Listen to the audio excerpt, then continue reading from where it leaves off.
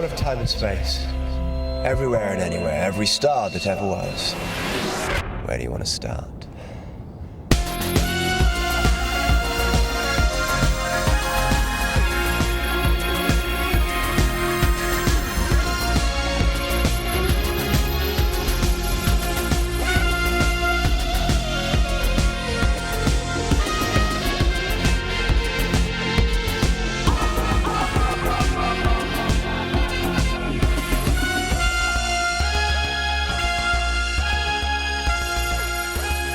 Welcome back for this fifth series of All of Time and Space. Season 5 of Doctor Who is famously the monster season, where every story is basically a rehash or remix of the same basic story template, of bases under siege, intransigent base commanders, and iconic yet ponderously slow monsters marching up and down in a menacing fashion. Appropriate, because this podcast is basically the same show every time, and one of us is intransigent, and one of us is ponderously slow. I'm Ian. And I'm Mark, and it's good to be back. Okay, let's catch up with where we were in the story. The Cybermen, indestructible, unfeeling monsters whose only goal is power, have now disappeared from the planet Telos. And when a group of archaeologists accompanied by the Doctor and his companions land on the barren, deserted world, they discover what appears to be their tomb. But once inside, it becomes clear that the Cybermen are not dead, and some of the scientists are intent on reactivating the monsters. How can the Doctor prevent these ruthless humans from awakening the Cybermen? Well, we'll find out after this. The problem, I take it, is to open these doors, right? Brilliant. That is the problem. And we would prefer it if you returned to wherever you came from. Oh, not very friendly, are they, Doctor? Oh, yes, do as he I'm says. afraid that became impossible the moment that name was mentioned. What name? Cybermen. Cybermen. What are they? I knew they were here on the same quest. No one would come here for any other reason. We must stay. Oh, Doctor! Oh, must we? I don't like the look of those things at all. We shall stay and help you with your search. Suppose we don't want your help. That's just it, you so obviously do. Now, I'm sure we can agree. I can open those doors for you. It's our problem. And I suggest you take this ridiculous expedition of yours off this planet. It seems to me we have as much right here as you have. Of course you have. Mr. Klieg, must I remind you again that you do not speak for this expedition? I am its leader. You and Miss Kaftan are only here on sufferance. Oh, thank you. And whose money is paying for the hire of that rocket? Mine. I thought I made it quite clear that your financial support did not entitle you to a say in the running of this expedition. Of course, it was quite clear. Was it not, Eric? Of course. No one questions your leadership, Professor. Good. That's all settled. And now we shall open these doors. And welcome back. And it's the start of a new season, Season 5, the Monster Season. It's a big season. So we have got in a big guest, and they don't come much bigger than Christopher Burgess from Radio Free Skaro. Hello, Chris. Hello. Is that a joke about my height? That's... The fact that Michael Kilgariff is shorter than I am? Welcome to the show. Thank you for joining us. Thank you for having me. So that's the pleasantries out of the way, Chris. Unfortunately for you now, you have to face Ian. Yes, Chris, it's time for you to face the Mind Probe. No! Not the Mind Probe!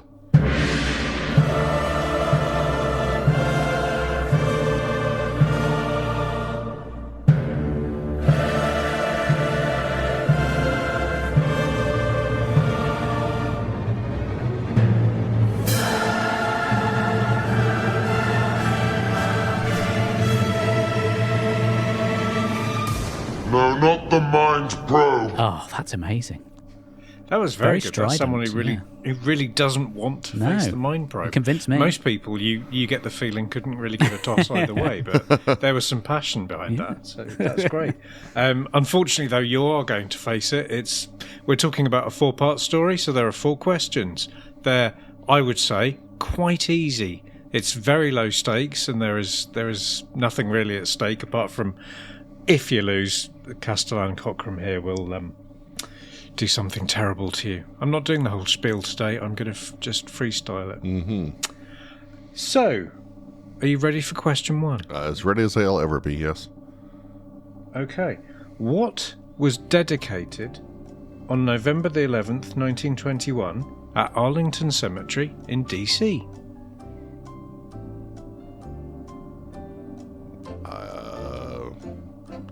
let's call that Veterans Day. I haven't a clue. Ooh. Well, I'm I'll tell wondering you. if there might be some kind of link to the story that we're covering this time. Are you going to try and guess it, Mark, for glory? No, I was just trying to help Chris out a bit, that's all. Oh. I mean, you can try and guess it. I'll take the assist. Does it have some reference to a tomb? Might do. Tomb of the Unknown Soldier, then, I guess. Well done. There we Have go. it. I thought it might be. Have a point. Have a Well done, point. Chris. Okay, question 2. Who visited the tomb of Qualopec and the city of Khamun in her first adventure? Her first adventure.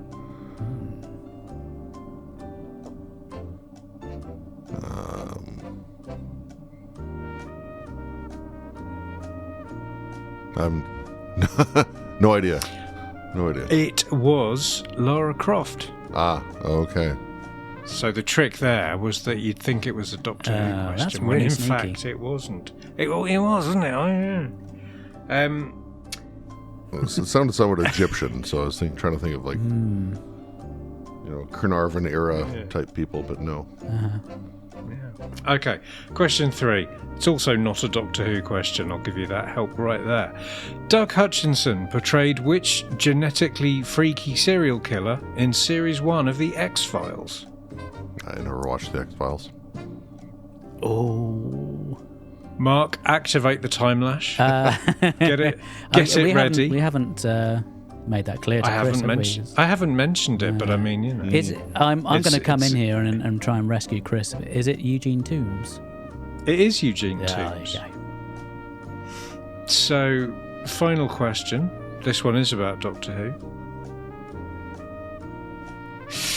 When the TARDIS first landed in a tomb, who did the fabulous Barbara Wright become mistaken for? Oh, what the heck was the name of I it? could do that again Goddess. without the stamp. Yataxa. Yep.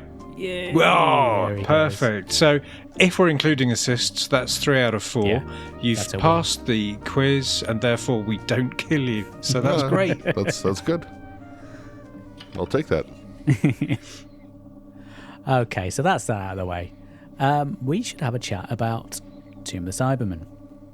Now, before we get chatting about the story itself, I think we should spend a little bit of time about the recovery, because it was quite a big deal back in the day, wasn't it? Because it was it the first huge. one to come back as a complete story? I think it was, wasn't it? Oh. I know we'd had What- odd episodes turn up here and there. What did Ian Levine find for the Daleks? Did he find all 7, or is it Oh, just? he may have. He may have.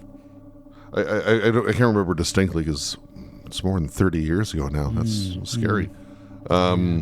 It might have been the first complete one in a very long time. Yeah.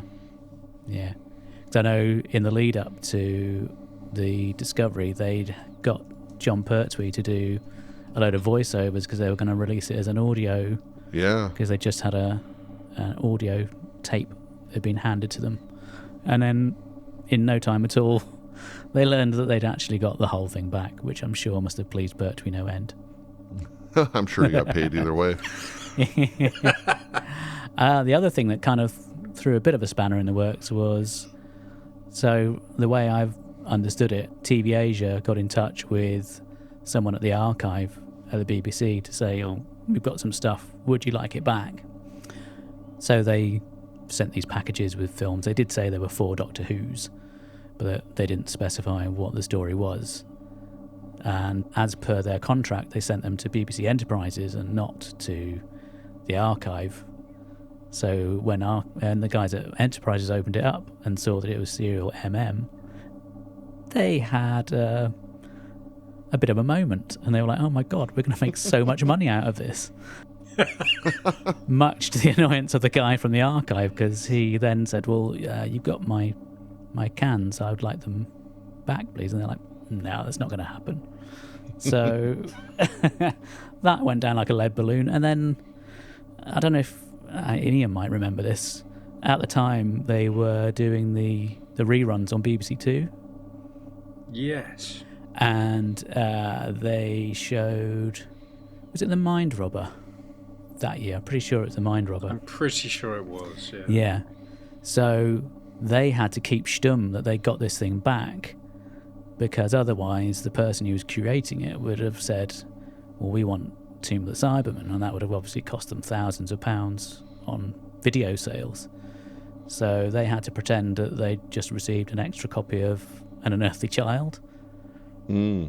Because it didn't take long for the news to leak out to the BBC, and lots of people were saying, oh, there's been a recovery. So it's all what a there's lot of tangled shenanigans going on around it. But they didn't hang about. It sounded like it was, when it came back, it was complete, and there were no cuts, and it was in really good shape, so they didn't really have to do an awful lot in the way of restoration. I think they cleaned it up a little bit, but that was about it. Yeah. So within a few months, it was out on video. It was great. Yeah. I recall Steve Roberts saying he basically did it by hand, start to finish. Wow. Just him for whatever the cleanup efforts. And then there was 6 months or so between discovery and video release. Yeah. Well, in the UK, I can't remember when it came out over here. But because there used to be a huge delay, didn't there, between UK and quite often. North American releases? Yeah, and video I'm stuff. saying that like that's an old thing here. Anyone Well, collecting that the was Blu-rays is going to definitely- be saying, well, yeah, it's still going on. It was definitely the case for DVD, but I don't know about the VHS releases back in the day. But Yeah. and then it was just not rushed out as such, but it wasn't. They didn't hang about, did they? No. Yeah, there's nothing to it for anything special. And then, of course, when VidFire came about, Tomb was one of the first test beds for VidFire Yeah. Yeah, didn't they have an Easter egg on the original release of for the a DVD. clip from one of the episodes? Yeah. Yeah. Yeah, it's neat. So did you have the Target book when you were a kid? Was that been your Oh, first totally. time around? Or yeah. Oh yeah, totally my first exposure. Yeah. I have fairly Do you have distinct fond memories of that one? Or the strongest memory I've got is the way I pictured Toberman in my head was nothing like on TV, yeah. especially post-conversion Toberman. Yes, it does feel like, because this was in the same production block as Evil of the Daleks, and they held it over till the next season. And it's carried on one of the themes from that story, where you've got a mostly mute person of ethnic origin who's it's not great.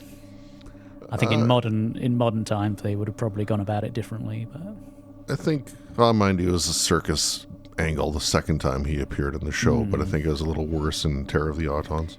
yeah, you might have a point there. So yeah, it's also in terms of the production, it was quite an unusual one because they were looking to bring in a new producer, so they gave Peter Bryant the chance to prove that he could produce a show. So he comes in as a one-off in this season, with Victor Pemberton stepping in to be the story editor. I think they lucked out, really, didn't they? Because they got by all accounts, a pretty decent story. Didn't it hurt to have Morris Berry behind the camera either? No. Or up in the no. gallery, I guess. Mark, did you have the Target book? I did not. I'm such a bad fan. I didn't even buy the VHS. I had to Google it just now to see what the cover looked like, because I just don't remember even seeing the Target book of that when I was a wee nipper. And my first encounter of the VHS was in 1900 and something, when I went to university to do film studies, and they had a huge video library of movies that they'd either bought or they'd recorded and got permission to keep on video, because obviously you can't keep things that you've recorded off the TV. That's a crime. But they had Tomb of the Cybermen.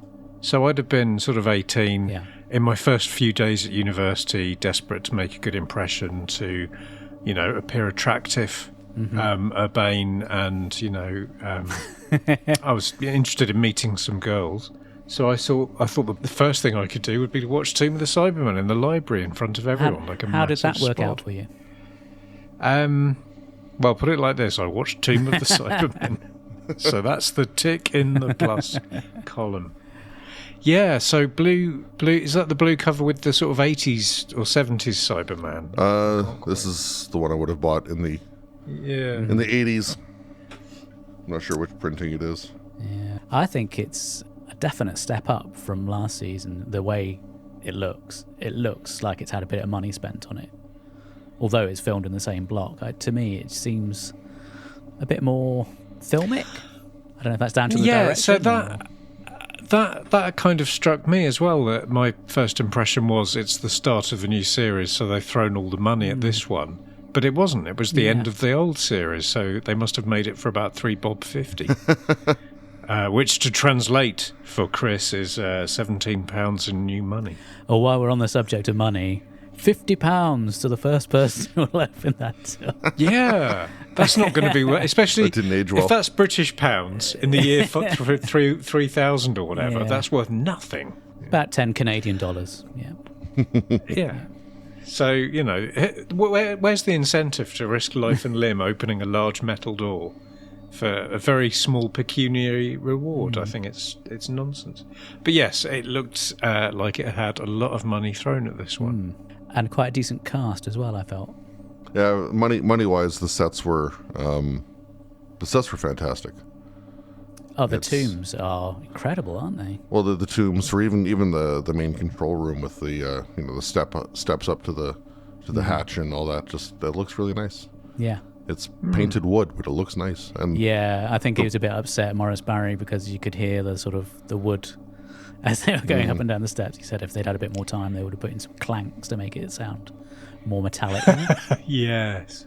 There was also quite a lot of painted wood in the cast, but I guess we'll come to that. Ouch.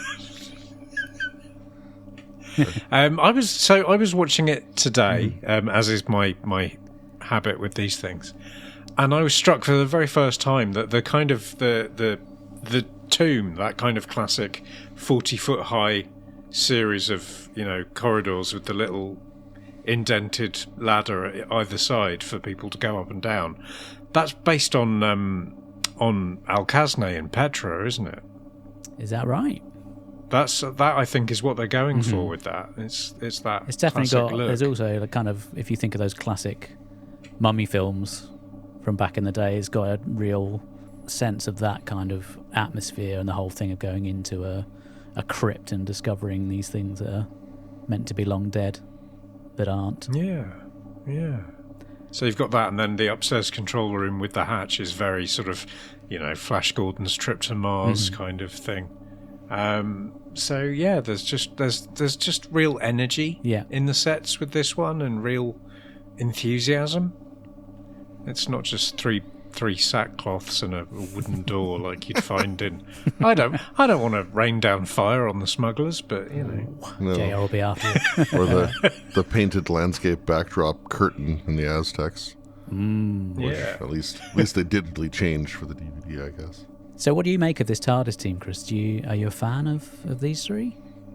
To a point, I suppose. Yeah, it was very. It's very difficult to get a handle on Victoria back in the day because nothing else of hers existed. I don't think I was aware of, obviously, Enemy of the World 3 was out there, but I don't know if I knew about it. Yeah. Same with Web 1 and stuff like that. But there's, or I guess Warriors episodes, but this is my first exposure to Victoria. At least with actual moving imagery. Yeah. Books technically were the first, but still. First exposure to Debbie Watling. Let's put it that way. Yeah, I mean, it's fine. I think back to some of the other problems with companions, and even Jamie. Yeah. Jamie in his early days. Well, number one, he wasn't supposed to be there, so. Well, no, quite. Yeah. He had far too few lines or anything to develop, but. There's a lot of what's that, Doctor? And obviously the companions have to ask questions, but having two companions from centuries gone by, I don't know if I would have done that if I was in charge. It was nice when Zoe came along, and at least we have somebody from the future to kind of balance things out. But I do find Jamie, after those first initial stories, he does just tend to sort of turn into generic 60s kid, doesn't he? I mean, if we're going to split hairs, there's that moment in part 4 where the Doctor makes that joke about having a metal breakdown, and Jamie's just happy to groan at it. Yep. So he's hip to that swinging 60s dad joke, hepcat chat at this point. Yeah, he's in no way of the past anymore. He's just become an everyman figure. Yeah. I love that business as they're coming in through the door. He goes to reach for her hand and ends up grabbing Jamie's hand and walks in. Sounds like they had quite a bit of fun, as the three of them were mainly at Debbie Wattling's expense. Oh, that's mean. There was there's something in the info text from the DVD saying how at one point Fraser Hines ran Debbie Wattling's knickers up the flagpole at the studio. Like literally. I think this is a running gag they had, because I think in the Evil of the Daleks, there's a scene where he's supposed to be trying to find Victoria, and he's meant to find this monogrammed handkerchief on the floor, and he picks it up and says, "Doctor, this is Miss Waterfield's. I'd know it anywhere." But of course, he'd been down to the costume department beforehand, got a pair of lace knickers, and put them down on the floor, and picks up and goes, "Doctor, these are Miss Waterfield's. I know them anywhere." And then he hands them to Marius Goring, who's supposed to pick a handkerchief out of his pocket to wipe his brow, and he ends up picking the knickers out and wiping his brow with those. So, yeah, I do feel for her a bit, 'cause it sounds like that was a long-running bit of japery. I'm hoping she was on board for this. And I don't think she had much choice, really. It's the sort of thing, if Jodie Whittaker had treated Tosin Cole like this, she'd have been cancelled. Possibly. That said, as the new kid on the block, I'm sure she expected to be hazed at least somewhat. Mm-hmm. Yeah, and I guess back then it was such a kind of male-dominated industry that 99. But every woman in the programme who wasn't Verity Lambert by this point would have had to go through a certain amount of humiliation and psychological torture. So, But that was the 60s. It was like that then. I mean, just even to put it in the context of the story, I mean, you've got a cast of 10 or so people. Yeah, it's quite a big cast. 2 of which are women. And then there's a fair few. I don't know if I'd want to say misogynist comments as such, but at least male dominated perspective comments about. I would say 2 of them were women. I'd say maybe 3 of them were men. Well, one of the women, if you believe her side of things, Shirley Cooklin, she was the wife of the then producer at the time, and I think it ruffled a few feathers when she got cast, because there were sort of accusations of nepotism, but apparently Jerry Davis had written this part specifically for her, which, it must have been a tricky one to navigate that. Possibly, yeah. How often did nepotism come up in reality, though? Quite a lot, I'm sure. I mean, in a show that's on for about, 48 weeks of the year and has a fairly heavy churn of actors and regular new roles for people, I don't think it's as much of an issue as it would be, if they did that now. If there was a Mrs. Chibnall, and maybe there is, I don't know, and for all I know, it could be someone who appeared in the show, I don't know. But that would be a lot more problematic because you get so much less content made for it now. Yeah, but casts are also bigger these days, especially with supporting actors.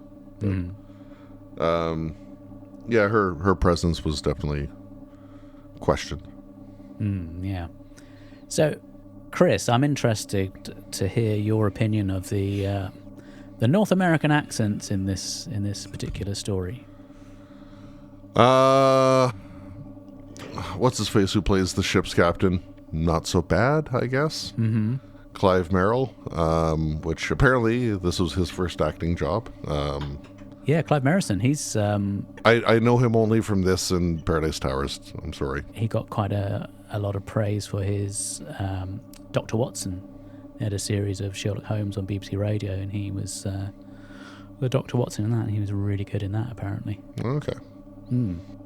Yes, he's very young in this. And we have George Rubicek as the captain. Yeah, he sounded... He's fine. He sounded okay, yeah. The third guy, the third guy from the rocket crew, his was terrible.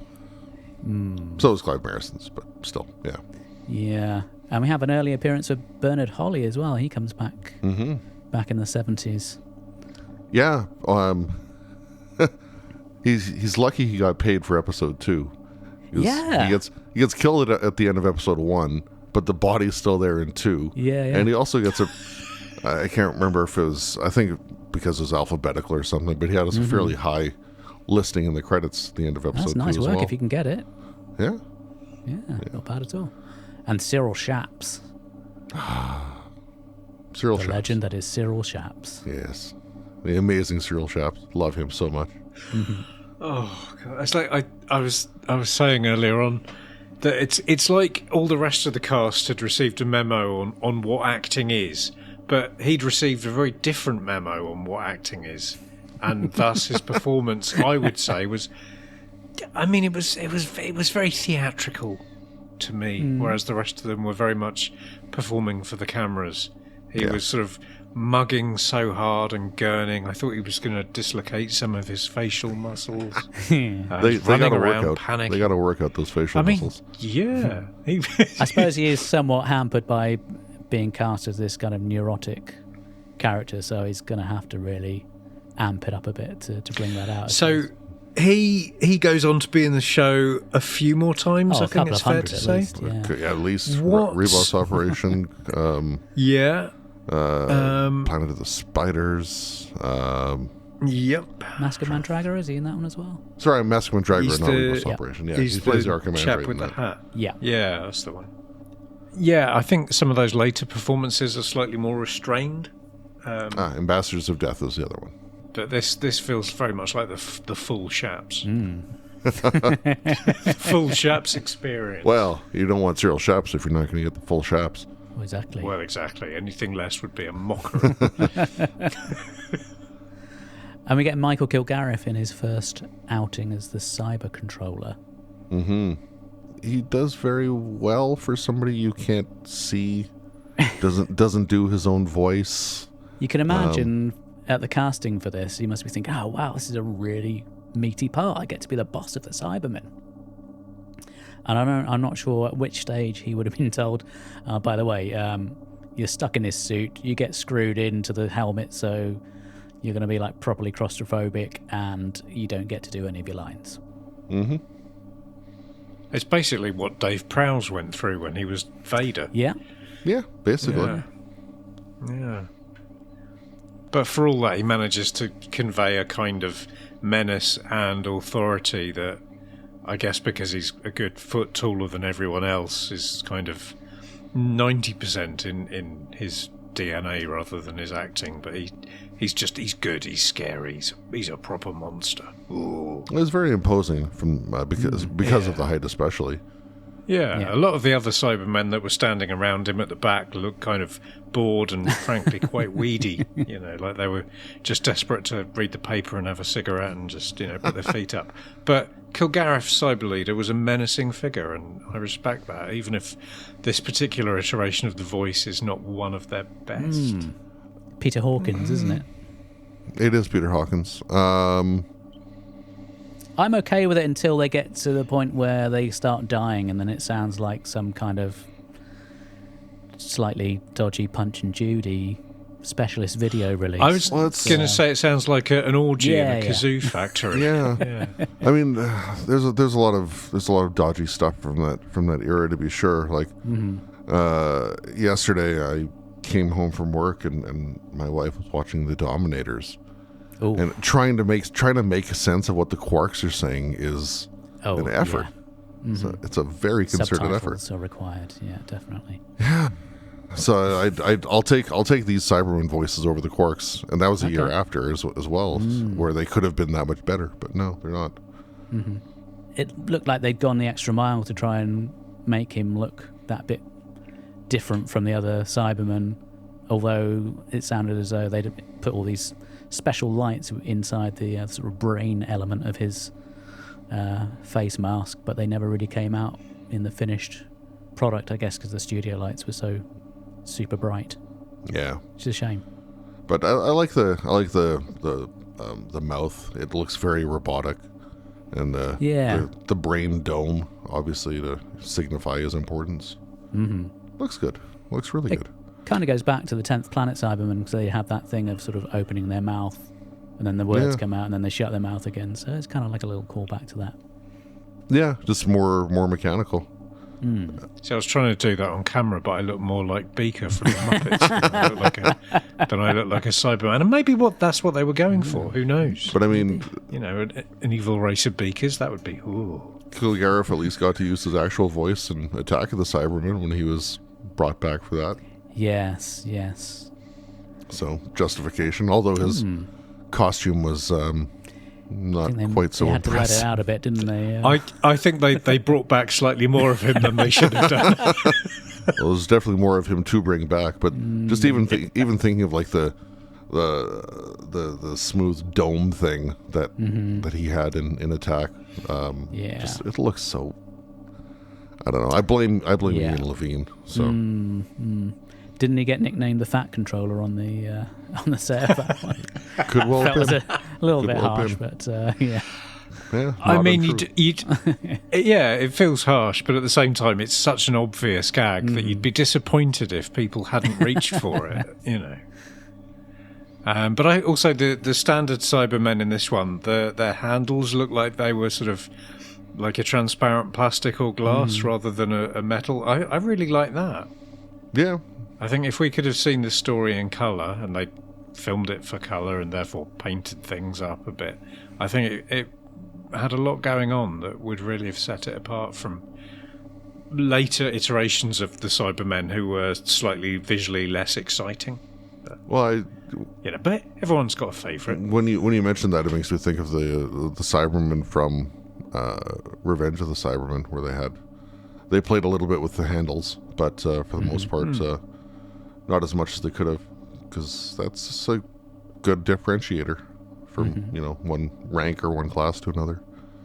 Not done enough.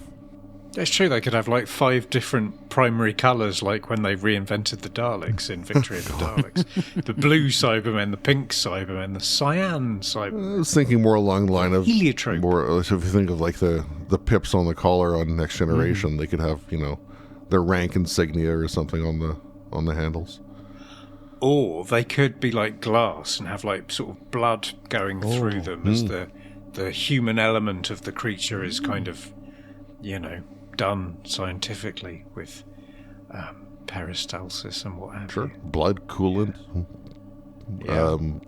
nutrients. Yeah, WD-40. lubricant. Yeah, There's a number of fluids they'd need to maintain the, the bio part of the biomechanical organism. Let's not get bogged down in that sort of detail, please. He doesn't like it when I get rude. No, he thinks I'm going to go off script and say Well, something the script? disgraceful. yeah. I was gonna say, where's the script? I want to see it. Yeah. I've got a drawing of a cat. It has to be said, the inverted commas bad guys in this, they're all a little bit foreign. Yep.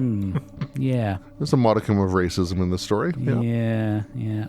I feel that the actors were really good. I mean, George Pastel, I think, had quite a reputation for being in Hammer films and that kind of stuff. I don't think Shirley Cooklin's rather camp and fun as Kaftan. Yeah. Is she English? I don't even know. She is, yeah. Okay. Yeah. So I think she was playing it pretty straight. Less camp than Mr. Klieg. Yeah.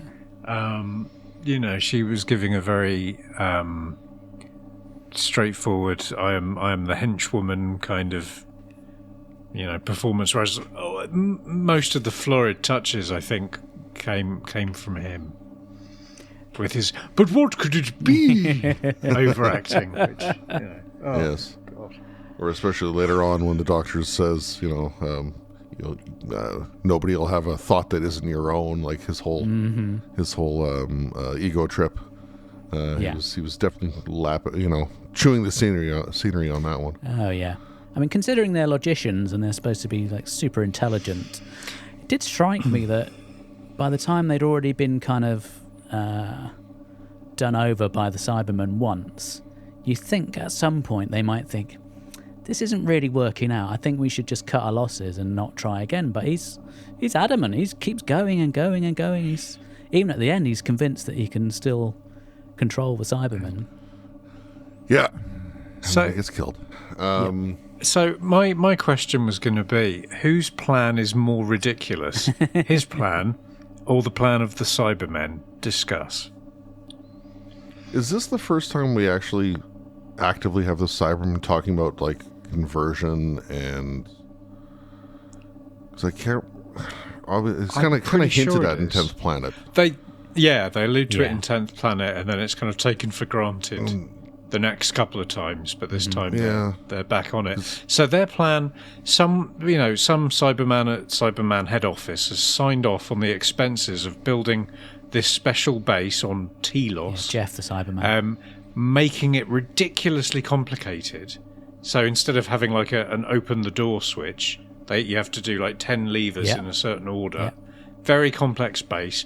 A whole platoon of Cybermen have been frozen alive just so that the most intelligent people from some species will one day come and rescue them. Mm-hmm. So potentially what they're going to get out of this very expensive plan is maybe 2 or 3 very intelligent Cybermen. That's their whole plan. I guess. I mean, it's like a pyramid scheme, isn't it? If you pardon the pun. It's just a bit, it's a bit lacking. But then the Brotherhood of Logicians plan is banana pants crazy. We're going to get a rocket and go into space and find the Cybermen who've tried to wipe out humanity on a number of occasions, and go with me, lads. We're going to bring them back to Earth with us, and they probably won't try any of that nonsense again, but they will respect our logical ways and help us kill everyone and enslave the planet, and then they'll be quite happy to let us rule them. So they're two competing, really stupid plans, and I don't think you get this level of dumbass in the plotting stage until mid-Delgado, really. I mean, to make things even worse for the Cybermen's plan, you also have to have a race that is going to have the same basis of logic. Absolutely, and the same physical design, comparable attributes and physicality. Yeah. Also, can you imagine if a bunch of Rutans had managed to find their way in? Oh God! And the Cybermen wake up and for God's sake, how are we supposed to harvest this lot and put them into a cyber? Or a race of like intelligent horses. Can you imagine anything more stupid than a cyber horse? Cyber seahorse, it would say. Let's make it happen. I'm sure RTG listens. The Kit Pedler was very big on sci-fi. So he was a scientific advisor, wasn't he? Yeah, he was, but he was also just very big on sci-fi, and I think perhaps his he didn't care so much about the logical fallacies that might have crept in like those. I mean, for all that it's bat poop crazy, I found it to be incredibly fun to watch. Yeah. With a few sort of reservations about some of the racial stuff. But I think you just have to kind of view it in the context of when it was made. And well, I mean, the only positive thing to add to that is that it was Toberman's act of incredibly brave self-sacrifice that won the day and saved everyone else. So there was that crumb of respectability in an otherwise, again, fairly dreadful bit of usury. Yeah, I don't know if that's enough to redeem it, but no. And so, leaping back away from that ethical minefield, which certainly I'm not prepared or indeed qualified to get into, the Cybermats. Was this their first story, or had they? Yeah. So there were two types of Cybermat. There were the quite small brooch-sized ones that would go on a lady's shoulder, Nice. and there were the big proper, it's about the size of a foot ones that the Cybermen had downstairs to put onto their special ramp. What, do we imagine there's like, do they grow, or are they just made in different sizes according to the... You know, you're a Cyberman, you're going to buy your pet Cybermat, you go in there, you say, I'm a size 12, and they give you a particular Cybermat that's going to work for you and your look. And where do the snake-like ones from Revenge come into the equation as well? It was fun to... So I don't always watch the infotext with DVDs, but I try to sometimes when I can, and never remember what they are, but what the contents are, but...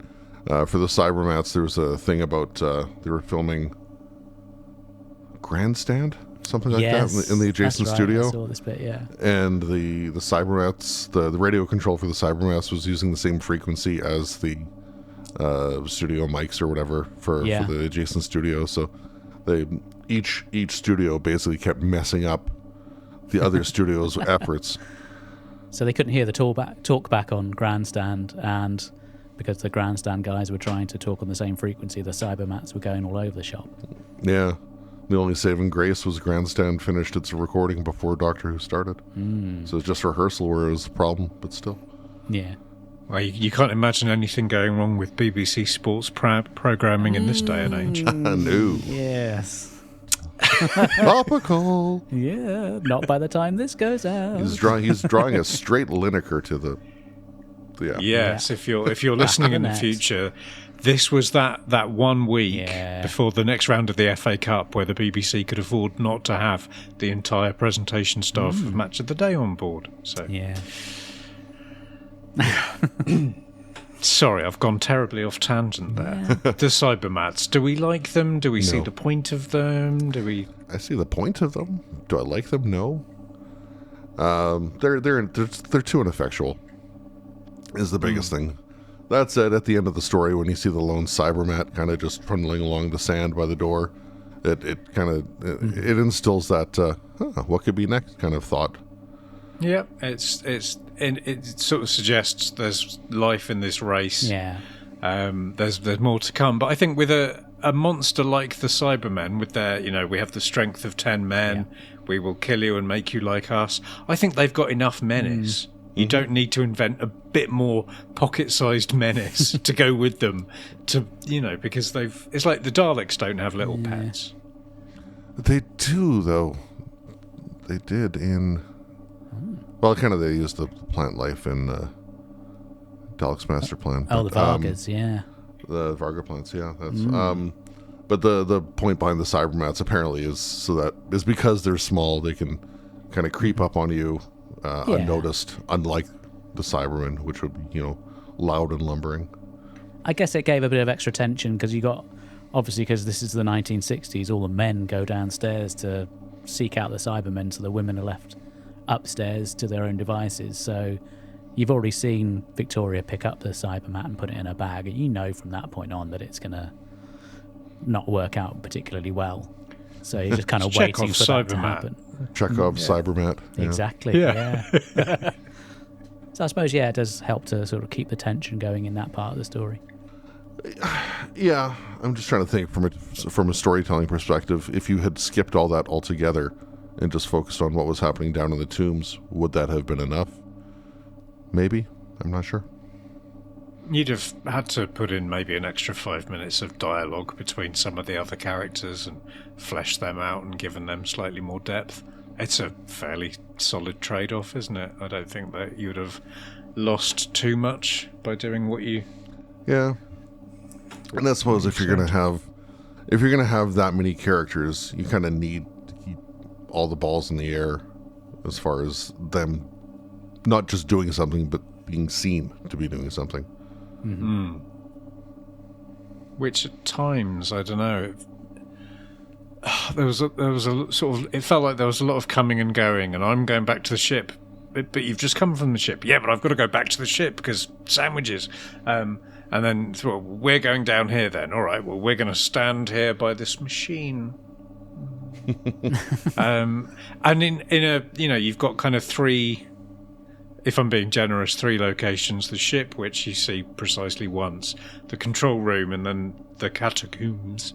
So they've got to kind of keep everyone moving around, and it, I don't know, it did feel a tiny bit contrived here and there, but on the whole, I think it was a fairly dynamic story. Possibly not the greatest Doctor Who story of all time, which is what it, I think, said on the VHS cover.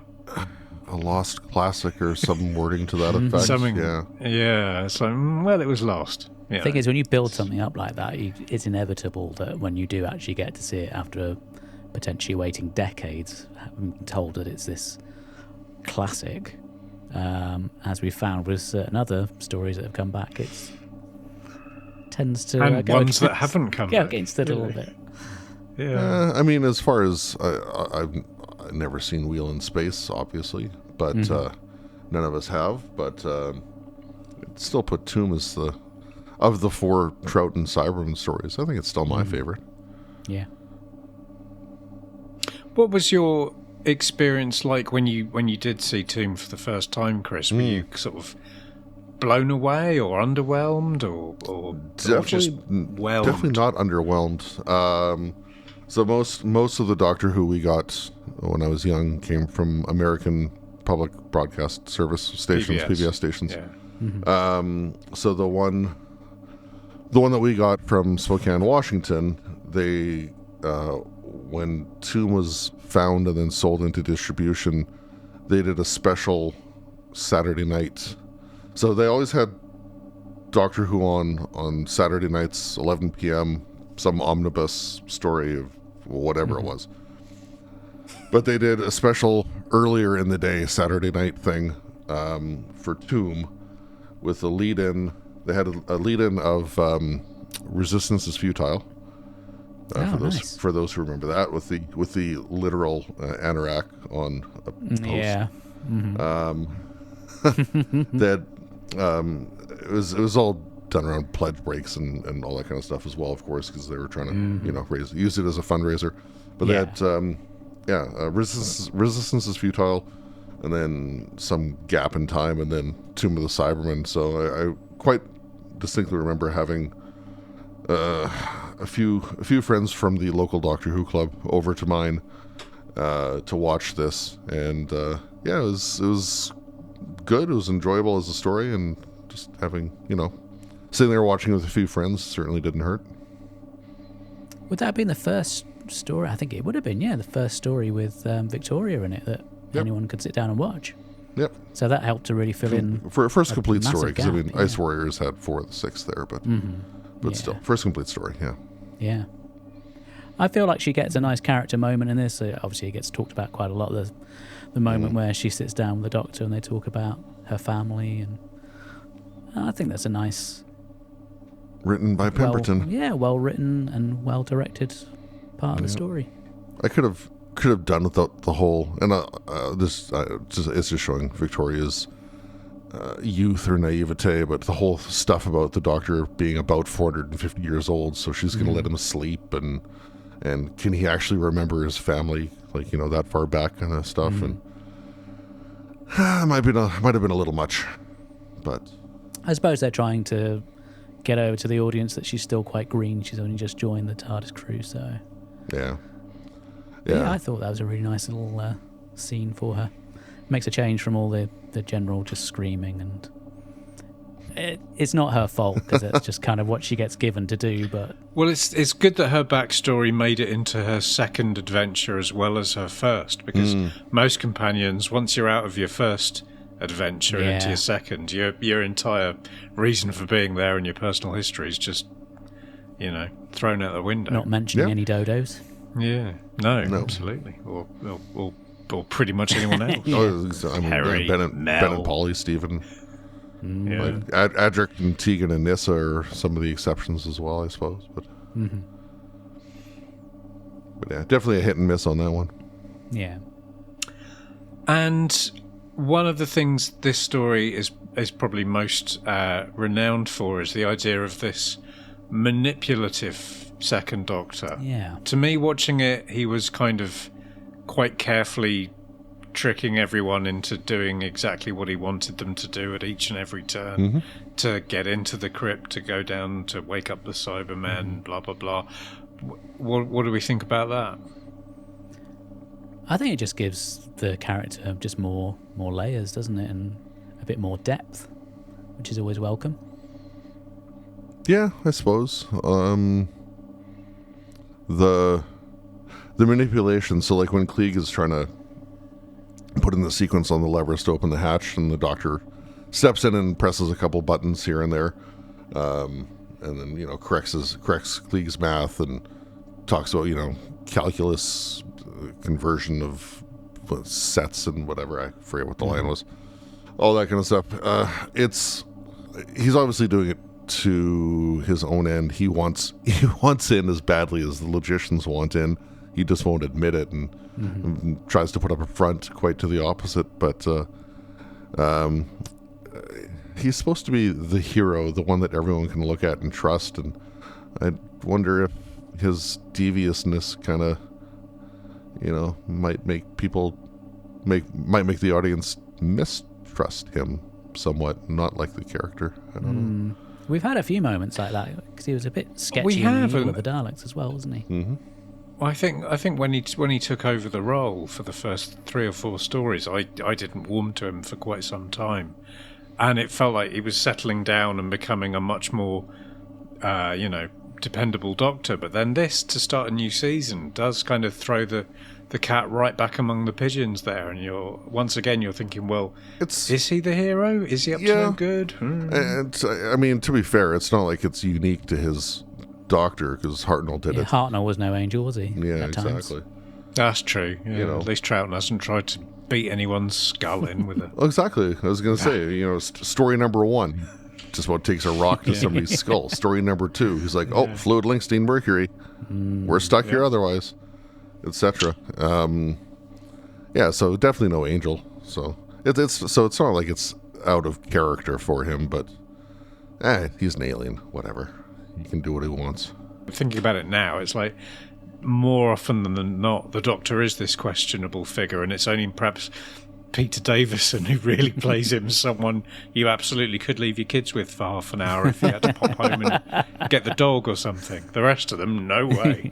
And I suppose in a way for Troughton especially, it's a bit of character development, maybe that's not the right phrasing, but a shift in character, because if you think of Power of the Daleks, he is very just wooden and stoic and doesn't do a heck of a lot, but he comes into his own. Yeah, he manages to irritate the shit out of Ben by playing the recorder all the time. Yeah. Wasn't just Ben. I think with Troughton, he's just such a great actor, even if the stories aren't that necessarily great. You can rely on him to just lift it and make it something better than it was. Well, I mean, also just think of the impact he had on the show. Like his whichever son was like a flatmate of Colin Baker. He had a big influence on Peter Davison and how long he chose to stick around. Obviously, huge influence on Matt Smith once Matt Smith was given. Because like Tomb was the first thing that Matt Smith watched. Yes, that's right. And he's like, oh, okay, I got the character now. Just in the one story. So his legacy is definitely pronounced. And of course, if we ever find any missing stories, missing episodes, what's the likelihood going to be? More Troughton. Yeah, let's hope. Our cat's decided she wants in on the podcast now. I was watching that. I thought it was a Cybermat going across the... I thought you were about to be like... Yeah, I've got her on a piece of string. I'm just going to drag her across the floor. Yeah. So, a little question I wanted to throw in. I'm guessing we're about to wrap this up. So I just wanted to ask, what's everyone's favourite moment from this story, if you have one? Oh. I took a series of notes, which were mostly kind of like absurd moments from the story, so I don't know if I could pick just one. I don't know. Mark, any thoughts? I think the comedy moment when they're walking into the tomb and he grabs Jamie's hand, that's really funny. Okay. What about you, Ian? Well, so I was going to say I really like the elegance of that opening kind of 2-minute scene that kind of recapitulated the entire premise of the series and introduced the new companion and kind of set up, here we go again. But actually, I think it was that bit where Kaftan gets fatally shot dead and you see her collapse to the ground and then roll around a bit and get a bit comfy and then stop moving. And that apparently, according to the info text, she had a late night the night before because her kids were sick with measles. So when she was on the ground playing dead, she fell asleep and started snoring and disrupting the shoot. I love it. Brilliant. Over and above the whole extra wriggling that really didn't need to happen. Just imagine an angry Cyberman trying to go up in pitch to compete with the noise of someone snoring. What is that a sound? I love it. I know you mentioned, Ian, the opening couple minutes. I was struck how odd it looks because everything was a one shot. Everyone there's almost no like group shots. So I don't know if it was. I don't know if they just shot all of like Pat's lines, all of Fraser's lines, all of Debbie, like just. And then stitched it all together because I don't really see them standing there and cutting in that way. No, it seems like a lot more trouble than they would have gone to in that era to get that. So yeah, they must therefore have just cobbled it together. Maybe when they took the decision that this was going to be the start of Series 5, they thought, or Season 5, I'm going to get angry letters from someone. Maybe they thought, right, we need an establishing bit. Maybe.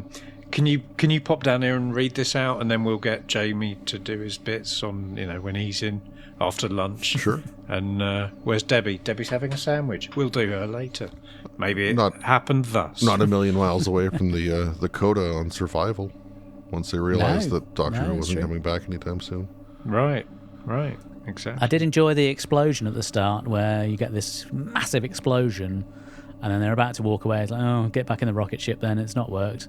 And then they turn around, and there's this perfect rectangle in the cliff face. It's like, wow, that's incredible. Oh, look at that! Ooh, what an effective explosive that was. Well done. What was this? Nitro 9, you say? Very good. Yeah, it was a little too pristine, wasn't it? Could have been done with a little bit of dressing, perhaps. But then again, when they've spent all that money building a doorway, you want to show it off. You want to get all the doors. So. And another thing on that doorway. So the Doctor and Jamie appear. There's a massive, 6-foot drawing of a really quite easily identifiable Cyberman. And at no point does Jamie go, "Christ, it's the Cybermen!" And he thinks like, oh, "Come on, it's right there." And also, Jamie, I know this react. becomes quite a trope as we go on. They've got to the tomb. The first guy's killed himself trying to open the doors. They've seen this massive electrical surge and smoke coming out and everything. And then once Jamie and the others arrive, suddenly it's, oh, hang on a minute. He died when you turned up. It must be you. Yeah. Like, no. The door was electrified. Yeah. And the big But was Cyberman next to it, surely. No, Was that Klieg or was that Syl Shaps? I can't remember Oh, now. God. It was one of the One or less the other. astute gentlemen. But even talking about the doorway and all that kind of stuff. So yeah, the explosives go off, and you have this very well preserved, intact, pristine entryway. And then, of course, as soon as somebody touches it and the electricity flows, you get all the scorch marks on it. So there's a bit, So And it kind of half burns away. So if 5 people touched it, sooner or later there'd be nothing left of the door. So, yeah. To go back to favorite moments, I've just been kind of skimming my notes here, and I might have to agree with you, Mark, that when the Doctor and Jamie hold hands might be the best thing, or when Victoria is worried about her dress being too short, the Doctor just says, "Wow, look at Jamie's." Where they hold their hands, they occasionally would ask to kind of include their own bits of business when they were doing the rehearsals, and they'd come up with this between Troughton and Hines, But they didn't do it in the rehearsal because they knew that Morris Barry would not have it. So they left it until they did the take. And then, of course, back then you couldn't go back and do it again because it costs too much money.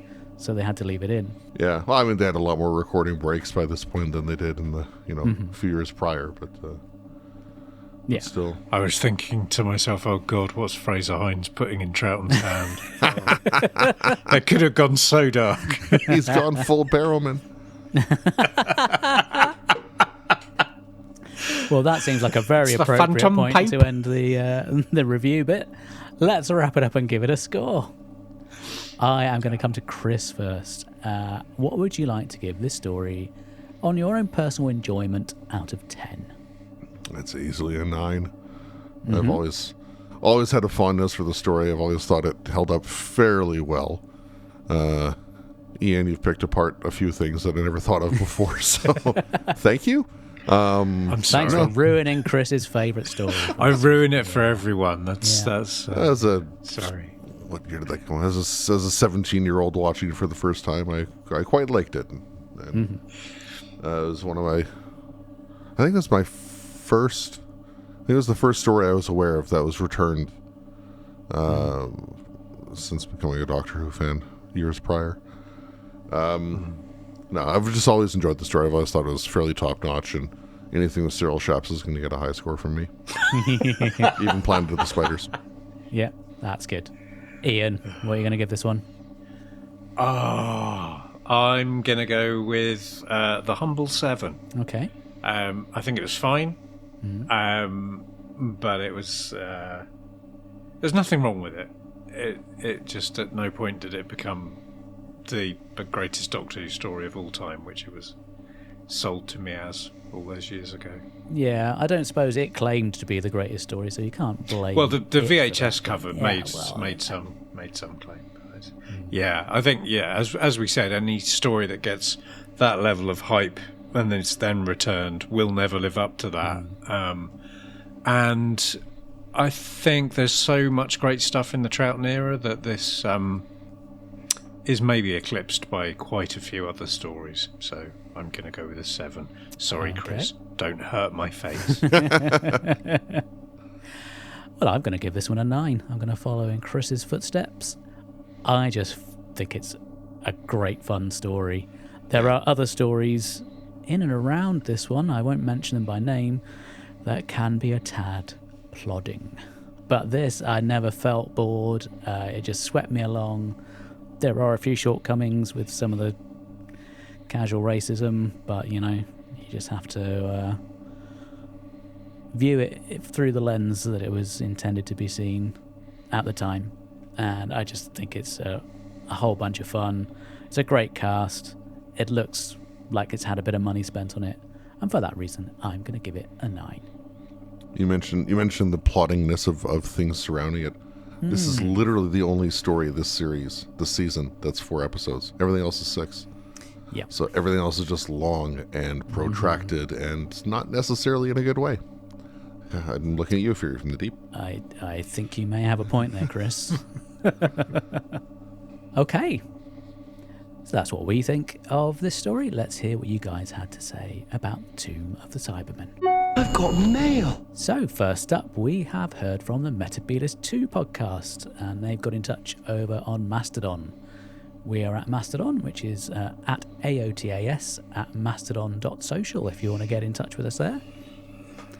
And David from Metabolist 2 says, Tomb is the keystone of the Troughton era for me. The story is not without its flaws, but I finally grokked Troughton's Doctor after watching it. What's grokked? Got a hold of, completely understood. Oh, okay. This must be a North Americanism. Might be. It's a computing kind of term. Okay. He goes on to say, post McCoy slyly manipulating the expedition seems doctorish to me. But really it was the Doctor's welcoming Victoria to the TARDIS and his later tenderness to her that clicked, plus his camaraderie with Jamie. Tomb was my first VHS purchase and the first new Doctor Who for me in the wilderness years. It did not disappoint. Epic. Thank you for that, David. Next up, we have heard from the Randomizer podcast. Ooh. Yeah, we love the Randomizer podcast. We do. And they say, I'm fond of Tomb. Like all the Lost classics, it didn't quite survive the cold light of day when recovered, but there's no such thing as bad Troughton. When so much is lost, it's a treasure to have any recovered. Adore his speech to Victoria, love all the silliness with logic puzzles and scheming villains, and of course, it's the source of the sound effects for the Randomizer on our podcast. What could it be? So I'll never hear that scene the same way again. Thank you guys. If you haven't heard that podcast, you should have a listen. It's really good. We've also heard from John Hood. And John said, love the Target novelisation. I would reread it in the school library before acquiring a copy with my pocket money. Yeah, I don't think you'd be alone on that one, John. We've also heard from James HB. James says, even the internal logic doesn't work. The tomb can only be accessed by really smart people or an engineer who simply follows the power cable. And the Doctor's responsible for every death bar the first one. Plus, it adds to the idea that the Doctor met the Cybermen before 10th Planet and makes you wonder if there are only 12 or so Cybermen on the whole planet. In short, it makes zero sense, but has set pieces and good music. I'm getting the impression James isn't a fan of that one. Mm-hmm. I could be wrong. Oh, thank you though, James. Next up, we have heard from...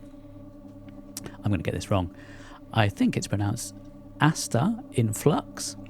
And they say, is that the one in which the Doctor and Jamie enter together holding hands? One of my favourites. Yes, that is the one. It's a good one. And we've also heard from Mr. Dale Smith. And he says, Pat Troughton plays a fantastic 7th Doctor. Ian, opinions on that? I like the inference very much. Well, Yes. Painsley P. Paintfort jumps in to say, this, having previously only seen the few stories of his that had survived, when I finally saw this story, the level of cunning and manipulation he displayed was breathtaking. I've always heeded his lesson of keeping my eyes open and my mouth shut. And then they put as a postscript, those who know me will realise this is mostly a lie. And Dale Smith comes back and says, it's interesting how much this aspect of his character is gone by his last season, and how memorable it must have been for McCoy, given that he based his Doctor on a version of the second Doctor who didn't exist in the archives at that point. That's an interesting point. And now moving over to Twitter, we've heard from Simon Moore. And Simon says, it's a very solid and well-crafted story with some memorable moments, but I almost feel it's too Doctor Who by the numbers. It was eagerly anticipated when it was returned, and to be fair, nothing can live up to that hype. It's easy to understand why the kids who saw the first broadcast remembered it so fondly. The tomb scenes are spectacular for the time, and probably ahead of their time. The ambient soundtrack is creepy, and the claustrophobia can be cut with a knife.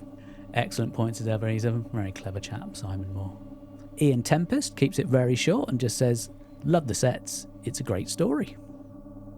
Sucky Kark, our good mate Sucky, says, it seems to be a regular thing with me. I love the Target book. In my mind, the story came alive and it was an instant classic. Years later, when it was released on VHS, I reviewed it for our local Doctor Who group fanzine, and my memories of the book skewed my view into thinking that it was still up there with the best. But now, a few years on from the giddy joy of missing episodes being returned, I can see flaws in the story and production, and I'm now adjusting my view from it being a classic to a run-of-the-mill base under siege tale. Oh, he's not a fan. Sucky, I feel really sorry for you. Well, this is a base under siege season after all. It really was. They found that formula and they were going to work the hell out of it, weren't they? Well, thank you, Sucky, anyway. Next up, we've heard from Ian E. And they say, very good, atmospheric, the music's great. The Cybermen are scary, not tin robots. Effects of the guns are well done. The whole cast are great, work well together. Troughton is brilliant. Just to add, the novel is better. It's a slight backhanded compliment at the end there, but yeah, very good, thank you. Adrian Berry has got in touch. And Adrian says, loved it as a book. The news came through, it was found. I raced down to the shop as soon as it was released on video. Got back. Episodes 1 and 2 were tense. Cybermen Awakening was mesmeric. Until they went into battle mode and started making quacking sounds. Peak Troughton. Yeah, he's got a point there. That's, yeah, it's a very comical sound. Not really in keeping with the scariness factor. Next up, we have heard from Fraser Gregory.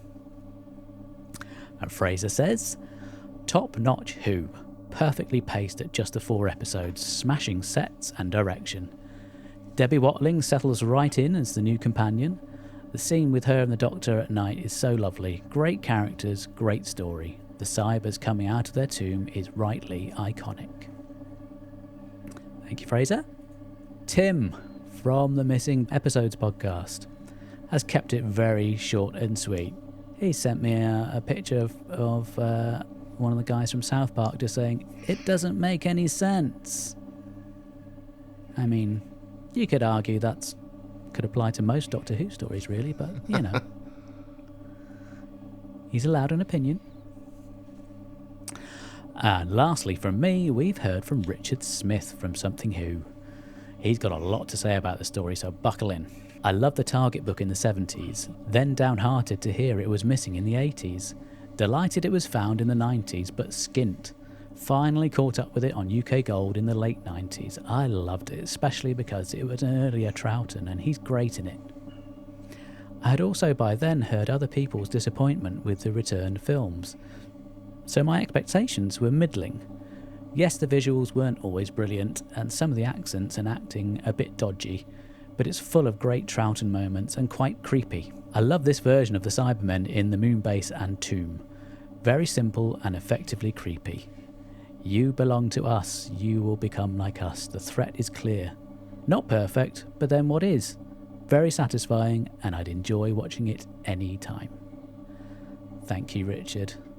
He always makes some very good points when he writes into us. So that's it from me. Before we head over to Ian, we're going to have some audio from Andy Moore.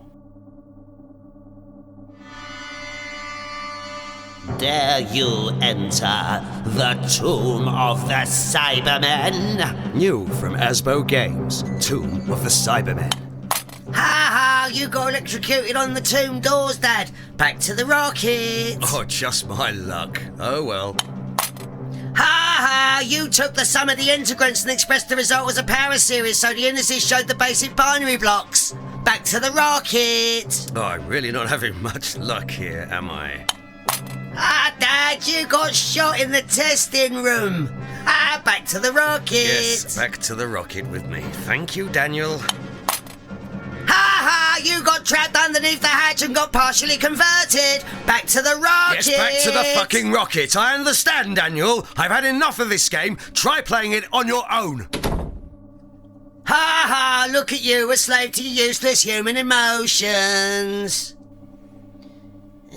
Mum? That's another classic from Andy. What did you think of that, guys? Asbo Games. Quality producers of tap. I thought it was part of that documentary about the young Jacob Rees-Mogg bike. Marvellous. Thank you, Andy. Ian, who have you heard from? Oh, wowzers. Okay, I've heard from literally all 4 corners of Twitter. Firstly, if I can make it render on my phone, John, who is at Porridge, wrote in to say he loves the plot holes. I'm going on an archaeology expedition. What shall I take? Smoke bombs. Which is a very good point. I've heard from the Wibbly Wobbly Dicey Wicey RPG podcast, or Ryan, as he's affectionately known to me, who's contributed a haiku. Oh. He says, a cyber tomb, sir. Talos is too cold for me. You could lose an arm. Which, Toberman does. Which is quite nice. Luke at Barbary Ataxa says, the story terrified me as a child, still holds up today. The racist characterization of Toberman is difficult to ignore, however. and quite right too. There's a fair few people have felt the need to comment on that. Sleepy Bird at the Epic Grog, so there's that word again. He says, it's alright, the racism is tough to get past. So, a bit of a trope developing there. The mighty, nay the glorious, nay the behemoth that is the Who Can Convince You podcast, have written in to say, oh, it's fabulous. One of my childhood favourites. It feels like a movie. So much iconic stuff in this one. So I'd say that was, fairly unequivocal praise for the Thanks, Harry. story there. Yeah. It's not like him to give unequivocal praise, so it must be quite something. 26 Glorious Years writes in and says, that opening film sequence is a thing of beauty. Nicely paced with some of the most memorable dialogue of the era.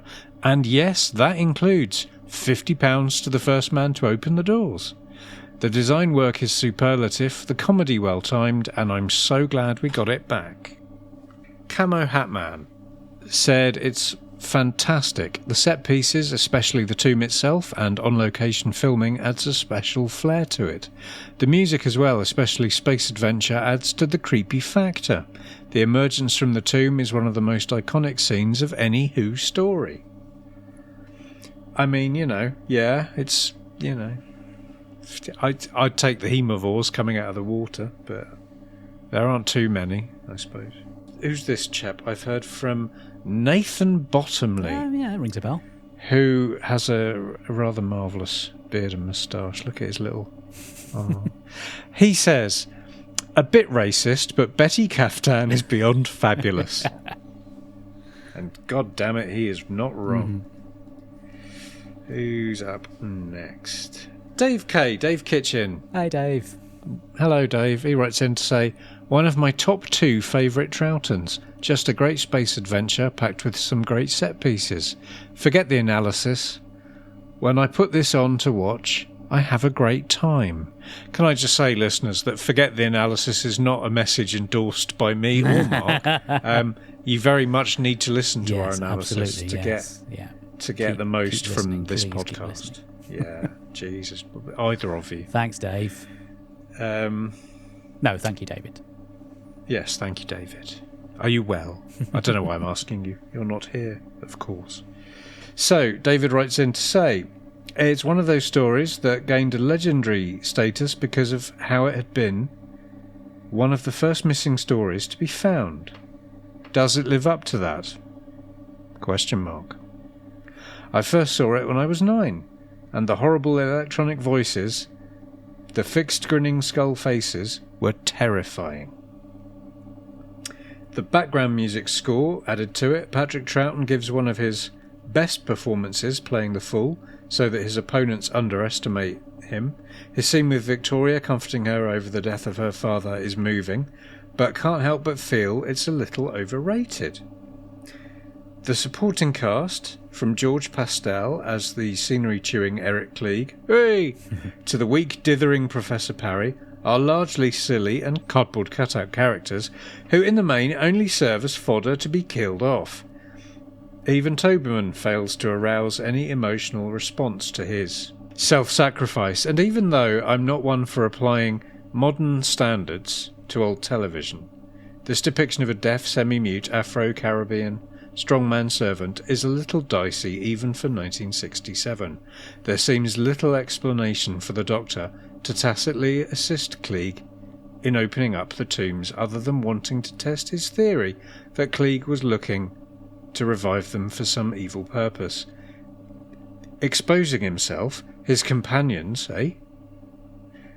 exposing himself, his companions and the members of the expedition to danger for no apparent reason than morbid curiosity. It's a good story, one of the better ones, but I think for many Doctor Who fans, it has more sentimental significance than thinking of it as a flawless classic.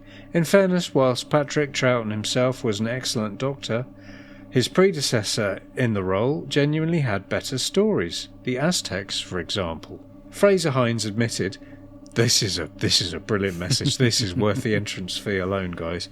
Fraser Hines admitted that he tried it on with Shirley Cooklin, Peter Bryant's wife, who plays Kaftan, because even though he'd met her before, he didn't recognise her as she was wearing a wig. and I think had lots of makeup on. He got politely rebuffed. She could rebuff me. That sounds so out of character for Fraser Hines to be trying it on with the female. It really cast does. members, yeah. Because presumably he would have had to have climbed over Patrick Troughton to... I've got room for a third wife. He might have said. I don't know. Allegedly. Chris, who have you heard from? Got comments from at Davy Paul on Twitter. Maybe the best of the Troughton era, and certainly the foundation of the cyber mythology. Yeah, no argument there. Imagery of the Cybermen emerging from their cocoons is striking. I remember it from when it was broadcast. Oh, look at you. Wow. The logicians are wonderfully clinical, clever but foolish. You will be like us. Not wrong. Wandering Tiger at Lucan Moore on Twitter. Brilliant visuals, amazing dialogue. Plot is a bit dodgy at times, motives especially, but it's Doctor Who, so these things happen. Always a 9 out of 10. I think Mark and I agree on that one. With yeah. Well, absolutely. Got John at JohnMTSM21 on Twitter. Absolutely love this story. A base under siege. Although so was the whole season, John. Cybermen skulking around. Tomb is a breath of fresh air. Watching this on VHS back when it was first released started my love of the Troughton era. A top 5 story from that, my favorite era. Back when I saw Troughton as a much younger person, all we had was season 6, so wow, kind of hard to form much of a bond with Troughton when there's 5 stories from one season or whatever it was that we had. Yeah, we're so lucky now, aren't we? Really? Yeah, thank goodness for animations on top of all the discoveries. Yeah. Next, Dieter K at Dietz74 from Twitter. Good, solid story and nicely paced over the 4 episodes. Oddly, I think it suffered from an embellished reputation, not unlike Web of Fear. And once able to be fully viewed, it's a very good story, but ranks about 7th or 8th for me in my favorite Troughtons. Certainly has its moments. Yeah, I think the reevaluation we all had of Enemy of the World once it was discovered was quite profound. Yes. It was seismic, wasn't it? Just a touch. DJ Alpha T on Twitter. So atmospheric and so much fun. Casual racism and weird plot holes aside. Like many others, it's probably colored by childhood memories of the novelization, but nonetheless an absolute classic. Definitely a lot of love for this story out there. Yeah, I'm getting that feeling. Yeah. A Tapalak on Twitter. A bona fide classic. A simple plot made atmospheric through cool visuals and clever use of stock music. Grippingly directed and well acted, dodgy accents aside. 60s Doctor Who at its very best. I think the only dodgy accent was Captain. That was... Yeah. Some of the attempts at American accents were... Yeah, oh yeah. Forgot. I already blocked those out. And lastly from Herald of Creation at Herald of Creatia. Creatio. Too many characters at the end. It is so good. I am really pleased it came back. That's always nice to end on a positive note. Yeah. Thank you all for your feedback. If you'd like to get in touch, we will be listing all the various ways that you can do that over our end credits. So, Chris, thank you so much for coming on and being a guest. We've had a great time recording with you. Would you like to give a plug to what you've got going on at the moment? It's that Radio Free Skaro podcast that's over there somewhere. I hear it's a new and up-and-coming Doctor Who podcast. Yeah, a couple episodes under our belts. We're starting to get a hang of things. And well, all the best with it. I hope it takes off and you get a few listeners. I think you've got all the makings of a really good show there. Yeah. That's about it. I lead a very dull life otherwise. So. Well, you're in very good company. I'm off to your great country tomorrow, Mark. So. Oh well, formerly great country. Oh, great. Don't know how to break it to you. It's been. Not great. No. Oh no. Great. No, Are you flying over? Have you been asked to start presenting Match of the Day, Chris? It's a football programme in our country, which is currently short of a presenter. I don't know if you've heard anything about it. I faxed over a few headshots. We'll see where that takes me. Good luck with it. Oh, thanks again, Chris. It's been such fun, and hopefully you'll come back another time. Yeah, I'd love to. So that's it from us. Next time round, we will be taking a trip to Tibet. Oh. I'm doing snow noises. Oh, okay. I thought you were just having a menthol sweet or something. Well, maybe I am. If you'd like to get in touch, you can email us at mailbagofrassilon@gmail.com. We're also on Twitter @TimeEndSpacePod, and you can also find us on Facebook. If you want to leave some audio feedback, there is a link in the show notes. You can use your phone or your computer and leave up to 60 seconds of feedback, or if you're listening via the Anchor website, you can click on the message button and leave your audio. We'd love to hear from you. And thank you to Momo Tempo for providing our theme music.